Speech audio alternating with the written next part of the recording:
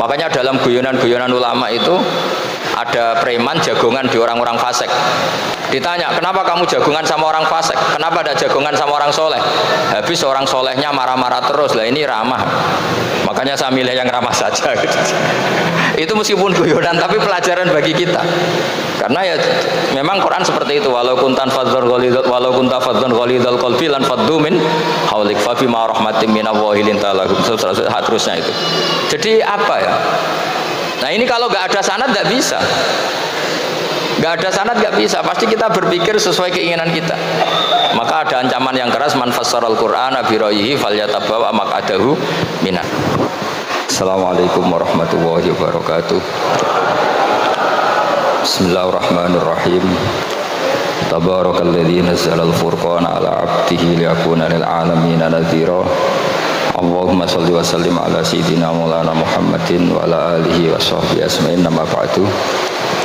Yang sangat saya hormati semua pengurus wilayah Nahdlatul Ulama Jawa Tengah, wabil khusus Ki Haji Ubaidillah Sodaqoh, teman saya juga guru saya, putra guru saya Ki Haji Abdul Ghafur Maimun. Saya mau cerita sedikit tentang sanad. Jadi buyut saya kandung itu namanya itu Hafsah.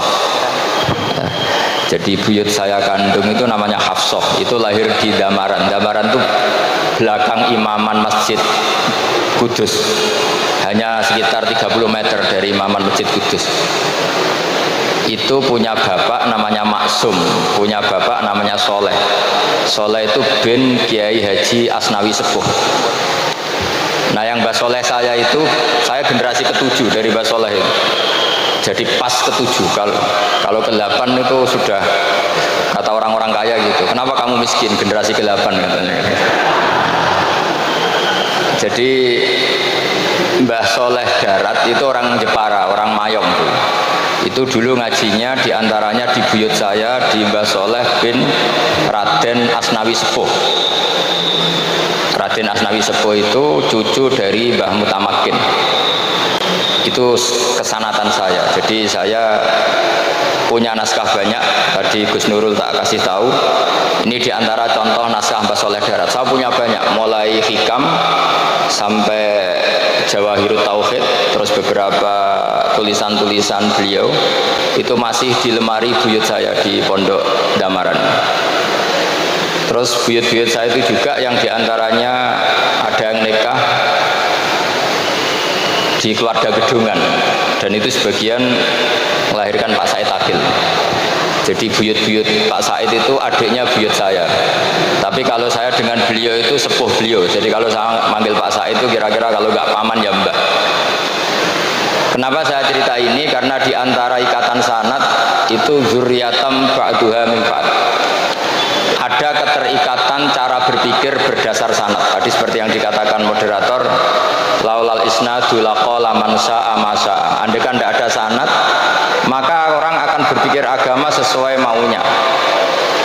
Dan itu bahaya sekali, karena agama ini riwayat seperti tadi yang dikatakan inna hadzal ilma dinun fanzuru amman ta'khuduna dinakum.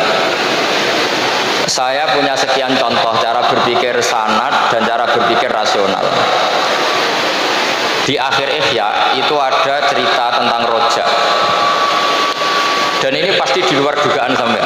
Karena sanad itu cara berpikir itu ya ikut saja. Yaitu ada 2 orang ahli neraka dipanggil Allah. Dipanggil Allah dalam keadaan di borgol. Ditanya sama Allah, enak di neraka? Jawabannya pemuda itu ya, wah Gusti ya, di neraka kok enak? Ya jelas gak enak. Ya sudah, kamu kembali lagi ke neraka. Dugaan kita kan pasti anak ini nggak mau. Ternyata enggak, dia lari sekenceng-kencengnya menuju neraka. Semangatnya Masya Allah. Makanya ini sekaligus ijazah, kalau disuruh masuk neraka yang apa? Semangat. Oh itu Tuhan akhirnya tanya, loh kamu tak suruh ke neraka kok semangat? Gusti saya ini sudah kapok. Ketika di dunia kalau jenengan nyuruh sholat saya lelet, jenengan menyuruh kebaikan saya lelet.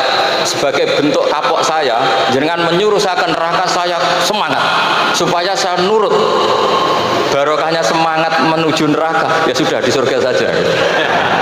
Ya makanya ini nanti kalau kamu disuruh masuk neraka yang apa? semangat. Karena kita di dunia itu ada di akhir ikhya. Artinya itu kan di luar dugaan kita. Cara berpikir seperti itu di luar dugaan kita. Akhirnya dia jadi ahli jannah. Cerita kedua ya masih di bab yang sama. Yang satu disuruh enak di neraka, ya enggak Gusti, sudah kembali lagi ke neraka. Si orang ini toleh itu. Terus ditanya sama Allah, kenapa toleh? Ya Allah, ketika engkau memanggil kami ke surga, saya tidak pernah ngira kalau akan engkau kembalikan lagi ke neraka. Ya sudah, kamu di surga saya karena husnudzon sama saya. Ini berarti ada dua sanad. Lucunya sama-sama benar. Yang semangat ya benar, yang lelet juga benar. Maka kamu punya dua pilihan. Nanti kalau disuruh masuk neraka, bisa semangat, bisa apa? Lelet. Dan semuanya nanti di surga. Artinya begini, sanad itu apa ya? Enggak yang kita duga. Makanya saya mohon siapapun yang mencintai agama ini harus banyak baca.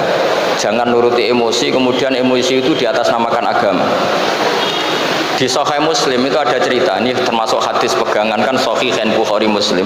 Itu ada cerita seorang sujud sama Allah itu kan banget baiknya, sangat baik. Kemudian yang sujud ini diinjek oleh pemuda yang nakal. Diinjek.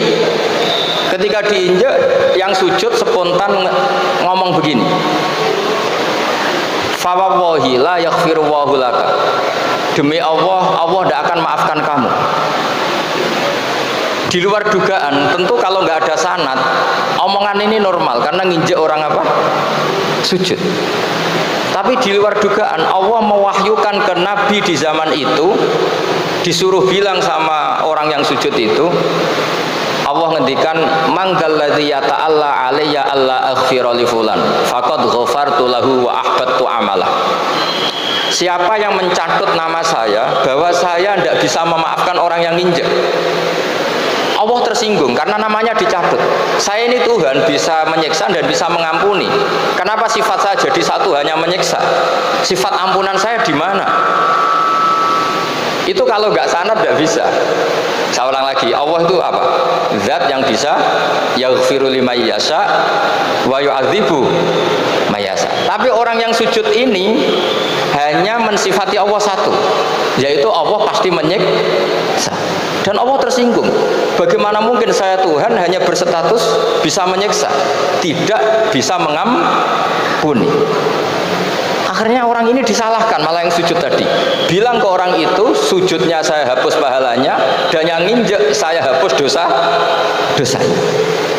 Tapi ya bukan berarti terus kamu boleh nginjek orang sujud, ya enggak. Artinya gini loh, saya hanya memperkuat moderator tadi, berpikir agama itu berdasar sanad. Kalau nuruti emosi pasti kita akan setuju Allah tidak ngampuni yang menginjak. Tapi berdasar sanad, berapa orang yang dulu melukai Nabi, bahkan punya niat membunuh Nabi, akhirnya ditobati oleh Allah Subhanahu wa Ta'ala. Siapa yang nggak tahu cerita Suraqah, orang yang niatnya membunuh Nabi ditobati Allah? Siapa yang nggak tahu cerita Khalid bin Walid, orang yang punya konsep untuk mengalahkan Nabi di perang Uhud, juga akhirnya masuk Islam dan diampuni Allah. Banyak lagi tokoh kafir yang dulu musuhi Nabi akhirnya ditobati oleh Allah. Sehingga ketika Nabi sangat marah ya dengan mereka yang kafir, malah ada ayat turun laisa laka minal amri syai'un aw yatuba alaihim aw yu'adzibahum, bahwa wilayah mengampuni dan memaafkan itu wilayah Allah. Tentu kita secara syariat akan mengatakan yang nginjak itu salah, pasti itu. Kalau yang nginjak itu pasti salah, yang kafir pasti salah. Tapi jangan katakan kalau Allah tidak bisa menobati mereka. Lagi-lagi yang bisa mengertikan itu apa? Sanad. Kita ngaji di bab itu bahwa ada orang diinjak, ternyata Allah ketika yang sujud mengatakan wallahi la yaghfiru Allahu laka, demi Allah Allah tidak akan maafkan kamu. Loh, mensifati Allah dengan satu sifat la yaghfiru itu Allah tersinggung karena Allah bisa yaghfir. Makanya ini penting sekali saya utarakan supaya kita ini bicara itu sesuai sanad. Karena andaikan tidak sanad, agama ini di logika, kemudian logika orang itu berbeda-beda. Maka kayak apa kacaunya agama ini? Terus yang ketiga, saya beri sekian contoh. Ini saya bawa kitab hikam yang diterjemah oleh Mbah Soleh Darat. Saya dulu pernah ngaji hikam sama banyak Gus Zofur. Cara berpikir Abul Hasan Asyadzili misalnya, umumnya orang itu kan kalau amal itu ingin diterima ya, kalau sujud ingin diterima Allah, kalau sholat ingin diterima Allah. Dan kalau sangat ingin itu biasanya terus berlebihan. Saking berlebihannya terus nangis minta amalnya diterima gitu. Tapi efek negatifnya gini, jangan-jangan nggak diterima. Lalu kalau nggak diterima gunanya apa? Ini buruk sekali kalau mulai tanya sujud saya jangan-jangan nggak diterima. Kalau nggak diterima gunanya apa? Itu menurut Abul Hasan Asyadzili itu pertanyaan dari setan. Bagaimana mungkin kita pernah menyesal atau menyesali sujud yang pernah kita lakukan untuk Allah Subhanahu wa taala. Wong dadi kawulane Allah, wis dikai bumi, dikai oksigen, dikai rezeki, tahu sujud, bareng dikasih tahu Jibril, sujud kamu gak diterima. Wah, getun aku sujud be Allah. Masa sujud sama Allah getun. Maka kata Abul Hasan Asyadzili begini. Kafa bika jazaan an radiyaka laka ahlan. Cukup sebagai balasan dari Allah yang luar biasa, kamu ditakdir sujud. Wes keren. Coba kalau kamu nanti ketemu Allah, ada orang yang sama sekali di bumi gak pernah sujud.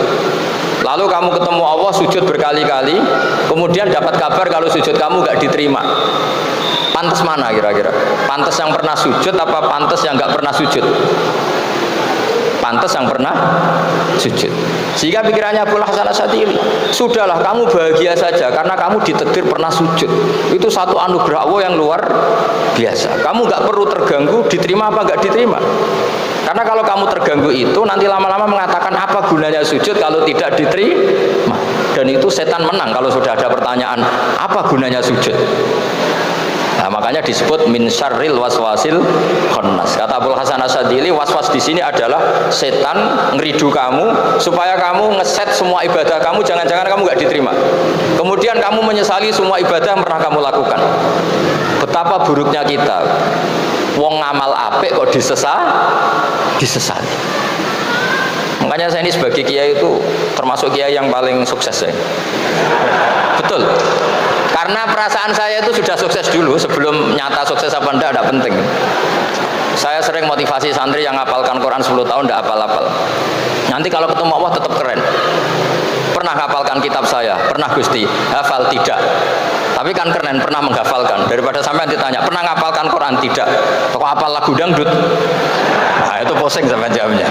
Tapi kalau santri saya pernah ngapalkan? Pernah Gusti. Di mana di Gus? Hafal enggak? Pede saja enggak. Tapi saya mencintai kitab engkau dan bukti cinta saya tak hafalkan. Cuma nasib tidak memihak saya Gusti, kan masih lumayan itu. Daripada ditanya pernah ngapalkan Quran? Tidak Gusti. Jebule apal lagu dangdut, yang ibu-ibu apal harga cabai naik turunnya harga berambang. Ini harga sembako hafal, tapi kalau Quran tidak hafal. Nah, pikiran-pikiran kayak Abul Hasan Asyadzili itu harus kita kembangkan. Makanya saya suka sekali ketika Mbah Mun yang sekarang diteruskan Gus Wafi meresmikan Thariqah Syadziliyah. Ya cerminannya kitab hikam itu yang diterjemah Mbah Soleh Darat. Karena hikam adalah murid Abul Abbas Al-Mursi. Beliau adalah murid Abul Hasan Asyadzili. Jadi gampangannya kalau sampai ingin tahu cara berpikir Abul Hasan Asyadzili itu ngaji hikam. Karena hikam itu cucu muridnya Abul Hasan Asyadzili. Dan itu cara berpikir gampang sekali. Misalnya hubungan dengan Allah. Ilahi kullama akhrosani lu'mi antokoni karomuka. Ya Allah, ketika saya terbungkam oleh kesalahan-kesalahan saya, sampai saya ini merasa tidak pantas minta, tidak pantas memohon sama engkau karena dosa saya banyak. Tapi kata beliau, antokoni karomuka. Tapi saya berani melafadzkan doa itu berdasar rahmat kamu tidak terbatas. Dan itu indah sekali kata-katanya. Ilahi kullama akhrosani lu'mi antokoni karomuka. Jadi kullama akhrosa, sekirane bungkam bisokno ni ingsun apa lu'mi sifat elek ingsun antoko mongko dadekno iso ngucap ni ingsun apa karomuka sifat lomane jenengan. Dan itu dipraktekkan semua ulama. Ya nafsu la taknati min zallatin azumat innal kaba'ira fil ghufrani kalamami. Jadi yang seperti yang dikatakan tadi Gus Ubaidillah tadi, ya sudah, kadang ada baron saya, ada Busiri, ya saya tidak tahu karena bacanya innal kaba'ira fil ghufrani kalamami la'alla rahmata rabbihi na yaqsimuha ta'ti ala hasabil isyani fil kisami. Itu ada orang terlalu fanatik kebaikan, datang ke Abdul Hasan Asyadzali gerutu karena dunia ini sudah kacau balau, banyak maksiat, banyak macam-macam. Apa jawabnya Abdul Hasan Asyadzali? Man ahabba alla yusawahu fi ardi faqad ahabba alla tadhhara maghfiratuh. Jadi malah dibalik. Kalau kamu ingin dunia ini steril, nggak ada apa-apa, berarti kamu tidak suka akan kelihatan maghfirahnya Allah. Jadi sanad-sanad seperti ini harus kita jaga. Meskipun tidak kita manfaatkan untuk kepentingan hadzun nafsi, tapi kita harus kita jaga. Jika kita jadi orang itu tidak terlalu sepaneng dengan pikiran kita bahwa maksiat itu pasti mendatangkan azab. Kok kamu katakan pasti, itu buktinya apa? Maksiat itu salah, kalau salah harus istighfar. Maksiat itu salah, tapi Allah bisa saja mentobati yang maksiat kemudian jadi orang baik, karena Allah tetap bersifat yaghfiru liman yasha wa yu'adzibu may yasha. Kok kamu katakan pasti-pasti, itu sanadnya dari mana? Jadi ini pentingnya sanad ya. Jadi kita harus terus menjaga sanad ini supaya cara berpikir agama sesuai garis yang pernah ditulis oleh para ulama, yang semua itu musalsal ila Rasulillah sallallahu alaihi wasallam. Terus ini mumpung ini di depan Gus Yofur, juga ini pernah tak baca di depan putra-putra beliau, di depan anak-anak. Ini nanti saya hadiahkan ke PWNU Jawa Tengah. Saya nulis kitab ini sebagai bentuk pengakuan ikrar saya bahwa apa yang dilakukan Syekhina Kiai Haji Maimun Zubair semuanya itu berdasar khazanah-khazanah yang ada dalam kitab-kitab Al-Kutubil Mu'tamadah. Di antaranya ini kitab Khilyatul Auliya. Kitab Khilyatul Auliya itu kitab kesayangan Imam Ghazali.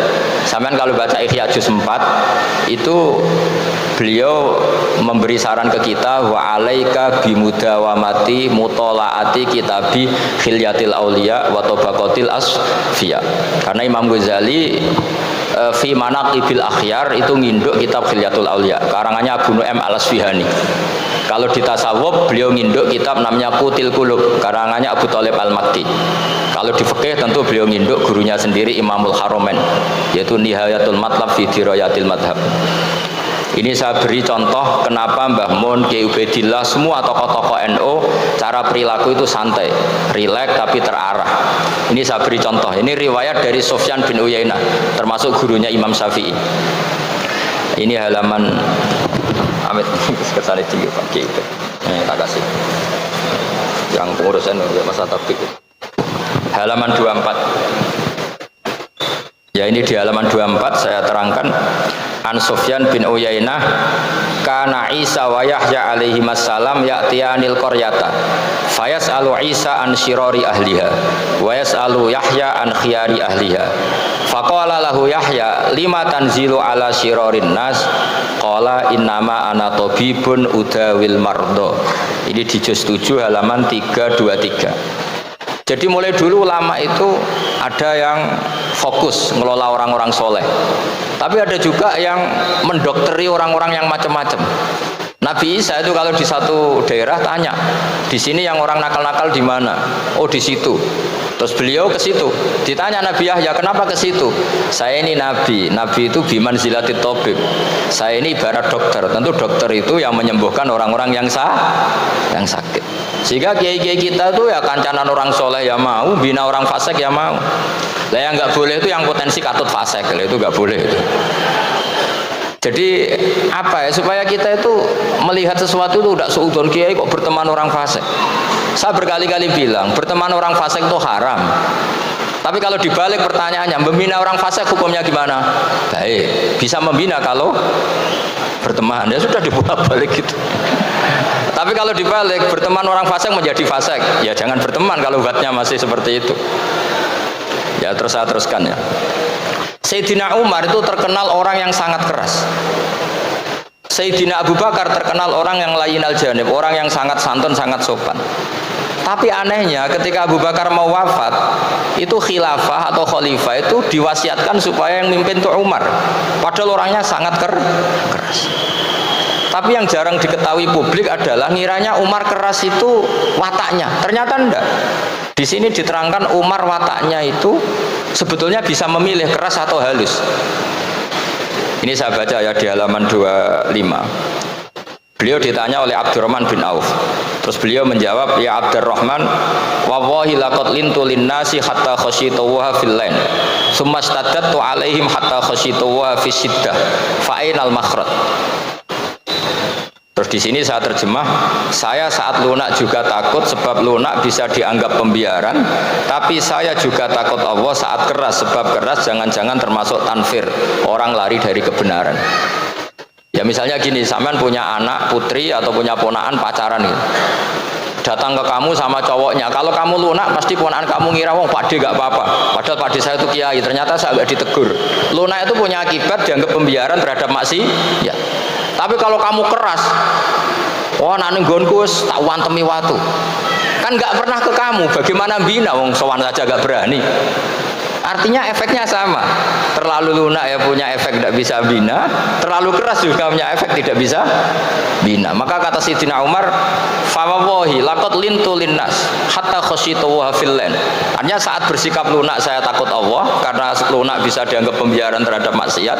Summa statattu alaihim hatta khasyitu wa fi syiddah. Ketika keras saya juga takut karena kalau terlalu keras bisa tanfir, bisa orang lari dari kiai, dari orang soleh. Makanya dalam guyonan-guyonan ulama itu ada preman jagongan di orang-orang fasik. Ditanya, kenapa kamu jagongan sama orang fasik? Kenapa ada jagongan sama orang soleh? Habis orang solehnya marah-marah terus, lah ini ramah. Makanya saya milih yang ramah saja. Gitu. Itu meskipun guyonan, tapi pelajaran bagi kita. Karena ya memang Quran seperti itu. Walau kunta fadzan ghalidhal qalbi lan faddu min haulik fa bima rahmatin minallahi linta lahum. Terusnya itu. Jadi apa ya? Nah ini kalau nggak ada sanad nggak bisa. Nggak ada sanad nggak bisa. Pasti kita berpikir sesuai keinginan kita. Maka ada ancaman yang keras, man fassaral Qur'ana bi ra'yihi falyatabawa maq'adahu minan nar. Jadi saya mohon sanad-sanad seperti ini kayak yang dikatakan Umar tadi. Wallahi laqad lintu linnas hatta khasyitu wa fil lain. Summa stadattu alaihim hatta khasyitu wa fis syiddah. Jadi kita akui bahwa dalam lunak juga ada sekian problem, dalam keras juga ada sekian problem. Terus kita bikin satu metode, satu manhaj yang kira-kira ya sa'ighal lisyaribin atau yang lebih dikenal dengan Islam wasatiyah. Ada tawazun, ada tasamu, ada macam-macam. Ya, saya kira demikian. Assalamualaikum warahmatullahi wabarakatuh. Waalaikumsalam.